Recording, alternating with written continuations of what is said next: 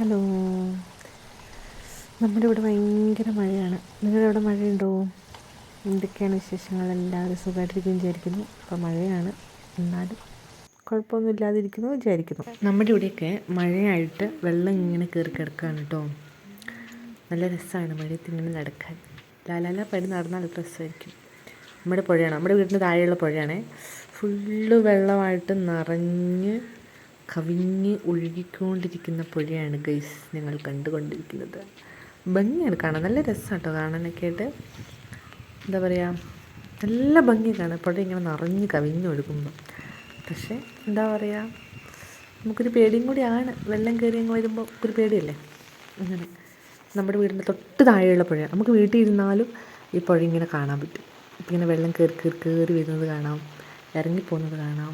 ഭയങ്കര മഴയാണ് ഇങ്ങോട്ടൊക്കെ, നല്ല മഴയാണ്. കുറച്ച് ദിവസമായിട്ട് ഭയങ്കര മഴ, കൊരിച്ചൊരിയുന്ന മഴയാണ്, നിർത്താതെ പെയ്തുകൊണ്ടിരിക്കുകയാണ്.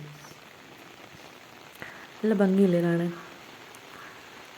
അതിന് ഒട്ടിക്കരയായിട്ട് ഫുള്ള് വാഴയാണ് കേട്ടോ. എല്ലാവരും വാഴക്കൃഷിയൊക്കെ ചെയ്യുന്ന സ്ഥലമാണ്. അവിടെയൊക്കെ വെള്ളം കയറിയിട്ട് നമ്മുടെ വാഴയൊക്കെ പോകും. അതാണ് ഒരു സങ്കടം എന്ന് പറയുന്നത്.